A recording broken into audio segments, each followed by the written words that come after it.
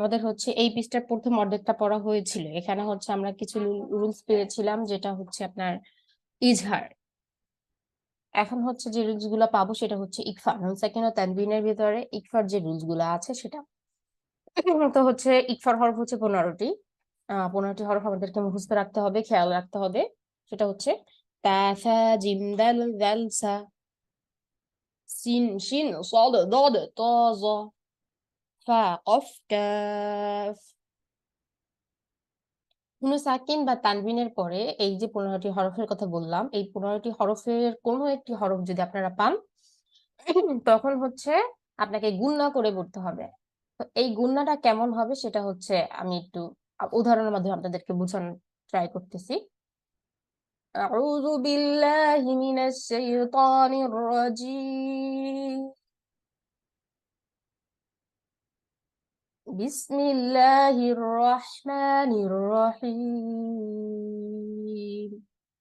হামজা, নুন জবর আন, এভাবে বলি না আন, কিন্তু এখানে দেখেন নুন সাকিনের পরে ফা এসেছে। ফা হচ্ছে ইকফার হরফ। ফায়ের উপর কি আছে? পেশ। ফা পেশ ফু। তো আনফু না বলে এটাকে বলবো আং ফু। গুণনা করতে হবে। আং ফু। সিন পেশ সু। আং ফু সু। কাফ মিম পেশ কুম। আং ফু সু কুম। ফা জবর ফা, হামজা নুন জবর আন। আন বলতাম, কিন্তু এখন দেখেন নুন সাকিনের পরে জাল আছে। এটা হচ্ছে ইকফার হরফ। তো কি বলবো? ফা আং, ফা আং, জাল, র জবর জর, র কে মোটা করে পড়তে হবে। ফা আং জর, তা পেশ তু, কাফ মিম পেশ কুম, তুকুম। ফা আং জার তুকুম। খয়া জবর খয়র, আলিফ দুই জবর রন, খয়রন। এখন এখানে হচ্ছে কি দেখেন আলিফটা আছে, বলতে পারেন যে তানবিনের পরে এটা আসছে, এই কারণে হয়তো গুণ হবে না। আলিফের বেলা তো এই রুলসটা ছিল না। হামজা হা, আইন হা, গইন খ ইজহারের হরফ ছিল। আলিফের উপরে যদি জবরজের পেশ কিছু থাকতো তখন হচ্ছে বলতে পারতাম আলিফটা হচ্ছে ইজহার। তো কিছু নেই, তো এটা জাস্ট লেখার বেলায় আসছে। তো র দুই জবর রন বললেও হবে, যে খয়রন। কিন্তু তানবিনের পরে কি এসেছে? কাফ। তানবিনের পরে কাফ এসেছে, তো কি বলবো? খয়রং, কাফ জবর কা, খয়রং কা, সায়াজের সি। সি কিসের হরফ?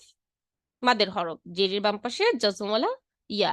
তাসি, র আলিফ দুই জবর রন, কাসিরন, খয়রং কাসির।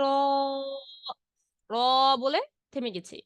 আর এখানে কি মাদ্দে ওয়াদ হবে, দুই জবর তানবিনের পরে অক্ফ করলে এক জবর বাদ দিয়ে এক আলিফ টেনে পড়তে হয়, ইহাকে মাদ্দে ওয়াদ বলে। নুন আলিফ জবর না, র দুই জবর রন, না রন বলতাম। তানবিনের পরে তা আছে, এর জন্য বলতে হবে না রং। তা জবর তা, লাম জ জবর লজ, তা লজ, জ খারা জবর জ, না রং, তা লজ। কফ ওয়াও জবর কও, লাম দুই, লাম আলিফ দুই জবর লান, কওলান, সিন জবর সা, কওলাং সা। ইকফাটা বুঝতে হবে। তানবিনের পরে সিন আসছে। সিন, সিন শিন দুইটাই হচ্ছে ইকফার হরফ। দালিয়া জের দি, সাদি, দাল আলিফ দুই জবর দান, সাদি দান। অক্ফ করলে কওলাং সাদিদা। জবরের বাম জজমুল্লাহ ইয়া, এটা হচ্ছে আপনার লিনের হরফ। কেমন হবে? আইন ইয়া জবর আইনুন, দুই পেশ নুন, আইনুন। এটা বলতাম, এখন কি করতে হবে? গুণনা করতে হবে জিম আসার কারণে। আইনু, জিম আলিফ জবর জা, আইনু জা, র জের রি, ইয়া জবর ইয়া, তা দুই পেশ তুন, জারিয়াতুন। এখানে শেষে আছে গোলতা। এখানে অক্ফ করলে গোলতা হা হয়ে যাবে। আর আমরা তো জানি দুই জের দুই পেশ অথবা এক জবর এক জের যদি শেষের হরফে থাকে তখন অক্ফ করার সময় সাকিন মানে জজম দিয়ে পড়তে হয়। তো এটা কেমন হবে? আইনু জারিয়া, মিম নুন জের মিউ, শিন র জবর শর, মিউ শর, র লাম জের রিল, মিউ শারিল, মিউ শারিল। واو سين جبر وس، واو ألف جبر وس سين زر سي ওয়াসি। এতটুকু হচ্ছে আপনার পরিচিত একটা আয়াত। মিন শাররিল ওয়াসওয়াস। আর আয়াতটা হচ্ছে মিন শাররিল ওয়াসওয়াসিল খান্নাস, সূরাতুন নাস। হুম, আচ্ছা, এখানে দেখেন তানভিনের পরে দাল আছে, এটা হচ্ছে ইকফার হরফ। দাল কাফ জবর দাক, কাফ আলিফ দুই জবর কাং, দাক কাং। দাল কাফ জবর দাক, কাফ আলিফ দুই জবর কাং, দাক কাং, দাক কাং। আর অক্ষ করলে দাক কাং, দাক কাং। صاد فا زبر صف فا ألف দুই জবর ফাং، صاد فا জবর صف فا ألف দুই জবর ফাং। তানবিনের পরে সদ ইকফার হরফ, কি হবে? সফাং, সফা। অক্ষ করলে মাদ্দে ওয়াদ। এখন যে রুলসটা জানবো সেটা হচ্ছে আপনার ইদগমে বাগুন্না। ইদগমে বাগুন্না এবং ইদগমে বেলাগুন্না, মানে মূলত ইদগমকে দুইটা ভাগে ভাগ করা হয়েছে, একটা হচ্ছে ইদগমে বাগুন্না, একটা ইদগমে বেলাগুন্না। ইদগমে বাগুন্না কাকে বলে? নুন সাকিন বা তানবিনের পরে ইয়া মিম ওয়াও নুন এই চারটি হরফের কোন হরফ আসলে ওই হরফকে তাসদিদ দিয়ে গুণনা সহিত পড়তে হবে। যদি ওই হরফের তাসদিদ দেওয়া থাকে তাহলে তো দিতে হবে না, আর যদি না থাকে আপনাকে তাসদিদ দিয়ে তারপরে পড়তে হবে। তো কেমন হবে? এখানে দেখেন, এই যে, আচ্ছা, এখানে আবার আরেকটা বিষয় হচ্ছে, আমরা তো জানি জজম এবং তাসদিদ যদি পাশাপাশি থাকে, জজম এবং তাসদিদ, আগে জজম তারপর তাসদিদ, হ্যাঁ। তো আমরা কি করব, জজমকে বাদ দিয়ে তাসদিদকে পড়বো। কেন পড়বো এটা বলেছিলাম আগে, এখনো বলে বলে দিচ্ছি। কারণ জজমওয়ালা হরফকে পড়া যায় একবার, আর তাসদিদওয়ালা হরফকে পড়া যায় দুইবার, এই কারণে আমরা জজমকে বাদ দিয়ে তাসদিদকে পড়বো। তো এটা দেখেন, আমরা নুন জবর আন বলতাম, তাই না? আন। তারপর ইয়াদল জবর, ইয়াদল জবর ইয়াদ, আন ইয়াদ। এটা বলবো না, কারণ নুনের উপর জজম, পরের হরফটা তাসদিদ। কিভাবে করবো? হামজা ইয়া জবর আইন, ইয়া দদ জবর ইয়াদ, আইয়াদ। লটকে মোটা করতে হবে। আর এখানে দেখেন নুন সাকিনের পরে ইয়া এসেছে, তাসদিদ দেওয়া আছে, এই কারণে আমরা তাসদিদ দেইনি। আইয়াদ, রজের রি, বা জবর বা, আইয়াদ রিবা। ইয়া ওয়াও জবর ইয়াও, মিম জবর মা, ইয়াও মা। হামজা জের ই, ইয়াও মা ই। জাল ইয়া জের জি,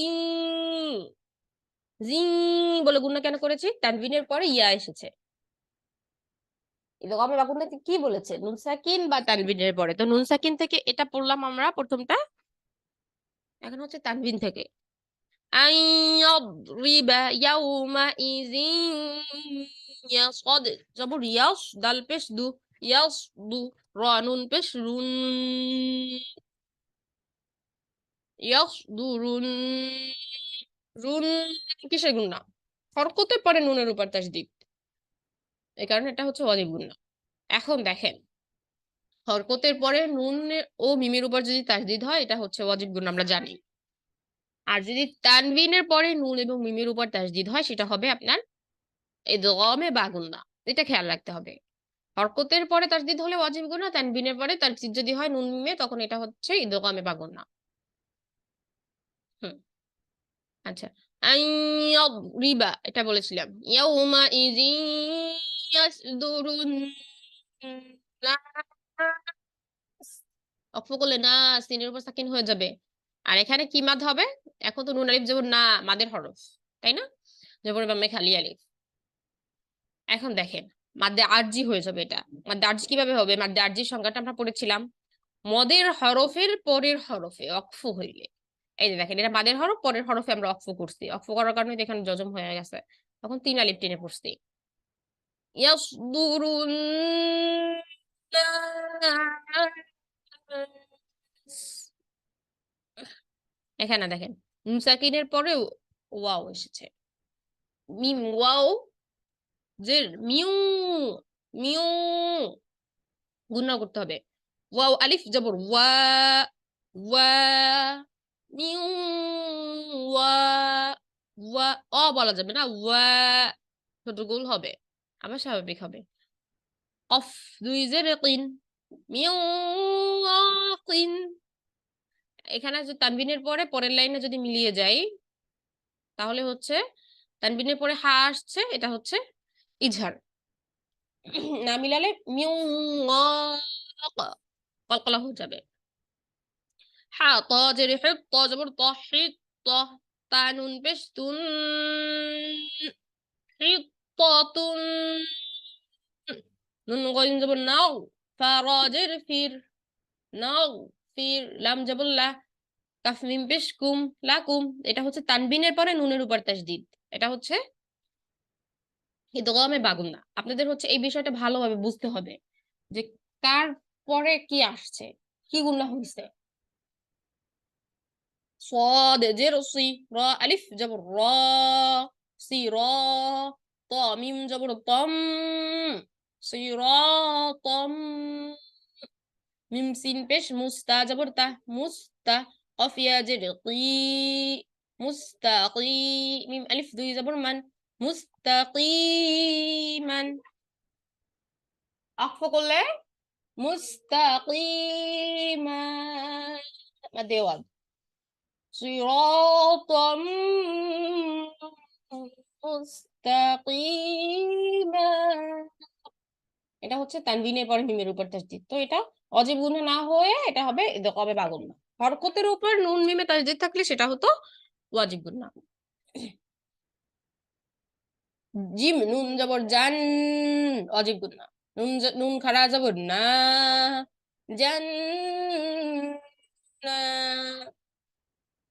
তা ওয়াও দুই জের তিউ, জান্নাতিউ, এটা কিন্তু ওয়াও, হ্যাঁ। কফ বুঝবেন না, কফ বুঝলে উপরে দুইটা মুক্ত থাকতো। ওয়াও জবর ওয়া, জান্নাতিউ ওয়া। পরের পৃষ্ঠা দেখেন, আইন পেশ উ, ওয়া উ, ইয়া ওয়াও পেশ ইউ, মাদের হরফ, ওয়া উ ইউ, নুন দুই জের নিন, ওয়া উ ইউ নিন। অক্ফ করলে জান্নাতি ওয়া উয়ুন।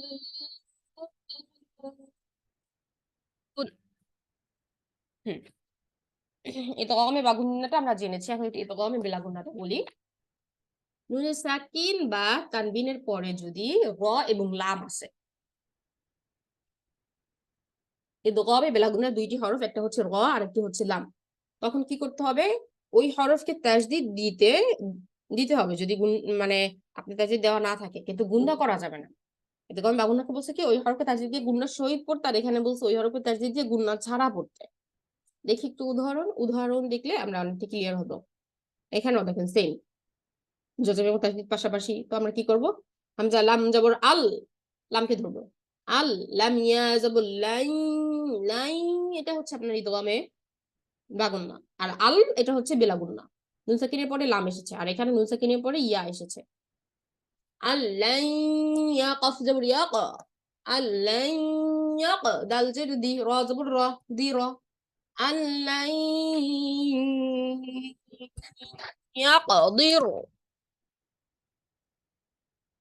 তারপর এখানে দেখেন নুন সাকিনের পরে র এসেছে, মিম রাজের মির, রাবা জবর রব, বাজের বি, মির রব্বি, হামজের হিম, মির রব্বিহিম, মিম লাম জের মিল, লাম জবুল্লাহ, মিল্লাহ, দাল নুন পেশ দুন, হা পেশ হু, মির রব্বিহিম, মিল্লাদুন, মিল্লাদুন। আচ্ছা, এখানে হচ্ছে কি মিম সাকিনের পরে যদি আপনার হচ্ছে মিম আসে, মিম সাকিনের পরে বা এবং মিম আসতে গুণনা করতে হয়। মিম সাকিনের হচ্ছে ইকফা আছে, মিম সাকিনের হচ্ছে ইজহার আছে। তো আজকের পড়ার ভিতর অনেকগুলো রুলস বলে দিচ্ছে, কারণ হচ্ছে পূর্বে আপনাদেরকে এগুলো আগে পড়িয়েছিলাম, রুলস গুলো মুখস্থ করতে বলেছিলাম, এই কারণে হচ্ছে একটু বেশি পড়াচ্ছি। তো এই যে রুলস গুলো আছে, রুলস গুলো হচ্ছে আমাদের একটু খেয়াল রাখতে হবে। হুম, এখানে হচ্ছে মিম সাকিনের পরে যদি মিম আসে আপনাকে হচ্ছে গুণা করে করতে হয়। ইদগাম অর্থ মিলানো, তো এটা হচ্ছে ইদগামে মিসলাইল, মিল্লাদুন, মিল্লাদুন। আচ্ছা, হামজা নুন জবর আন না বলে রকে ধরবো, কারণ জজম এবং তাসদীদ পাশাপাশি আছে। হামজা র জবর আর, র জবর র, আর র। হামজা খারা জবর আ, আ, এটা কি হয়েছে? ইমাদ মধ্যে বদল। আর হা পেশ হু, আর হু, হা পেশ হু, দাল লাম জবর দাল, এভাবে বলা যায়। দাল দুই জবর আছে না, দালের উপর দুই জবর। হুম, হুম, যে দুই জবর সহ উচ্চারণ করতে পারেন লামকে। এই যে দাল লাম জবর দাল, দালের উপরে যে দুইটা জবর দিয়ে এটা সহ লামকে বলতে পারে। হুম, লাম লাম যে লিল, হুদাল্লিল। মিম তা জবর মুত, তা জবর তাহ, মুত তা। কফ ইয়া জের কি, নুন জবর না, মুত্তাকিনা। আকফ করলে হুদাল্লিল মুত্তাকিন। দাল এটা হচ্ছে আপনার তানবিনের পর লাম আসছে, গমে বেলাগুন্না, মুত্তাকিন বলে এটা মাদ্দে আরজি। ফা জবর ফা, মিম আলিফ জবর মা, ফামা। ফামা র জবর র, বাজের বি, রবি। হাতা জবর হাত, এইটাকে না ধরে এটাকে ধরবে। ফামা রবি হাত্তা জেরতি, জিম আলিফ জবর যা, তিজা। র জবর র, তা পেশ তু, তিজারতুহা, মিম পেশ হুম। ফামা রবিহাত তিজারতুহুম। আপনাদের হচ্ছে এগুলো সব কুরআনুল কারীমের আয়াত, এগুলো আপনাদের ভালোভাবে শিখতে হবে। এগুলো যদি ভালোভাবে শিখেন কুরআনুল কারীম, এগুলো আপনাদের জন্য সহজ হয়ে যাবে। হামজা জবর আহ, নুন দদ জের নিয়ব, আনিয়ব। র বা জের রিব, এই বাকে ধরবে। আনিয়ব রিব, বাজের বি, আইন জবর আহ, বিআ। সদ আলিফ জবর স, বিআ স। কাফ লাম জবর কাল, বিআ স কাল। হা জবর হা, জিম জবর জা, হাজা। র জের রি, হাজারি। আনিয়ব রিব বিআ স কাল হাজার। অক্ষ করলে রয়ের উপর সাকিন চলে আসবে। ওয়াও জবর ওয়া, কফ আলিফ জবর ক, ক। লাম ত জবর লাভ, তাকে ধরবে না। وقال আলিফ জবর ত, হামজা জের ই, ত ই। টান হয়েছে কেন? মদের হরফের পরে গোল হামজা আছে, এটা হচ্ছে 4 আলিফ টান দিয়ে পড়তে হয়, মধ্যে মুত্তাসিল।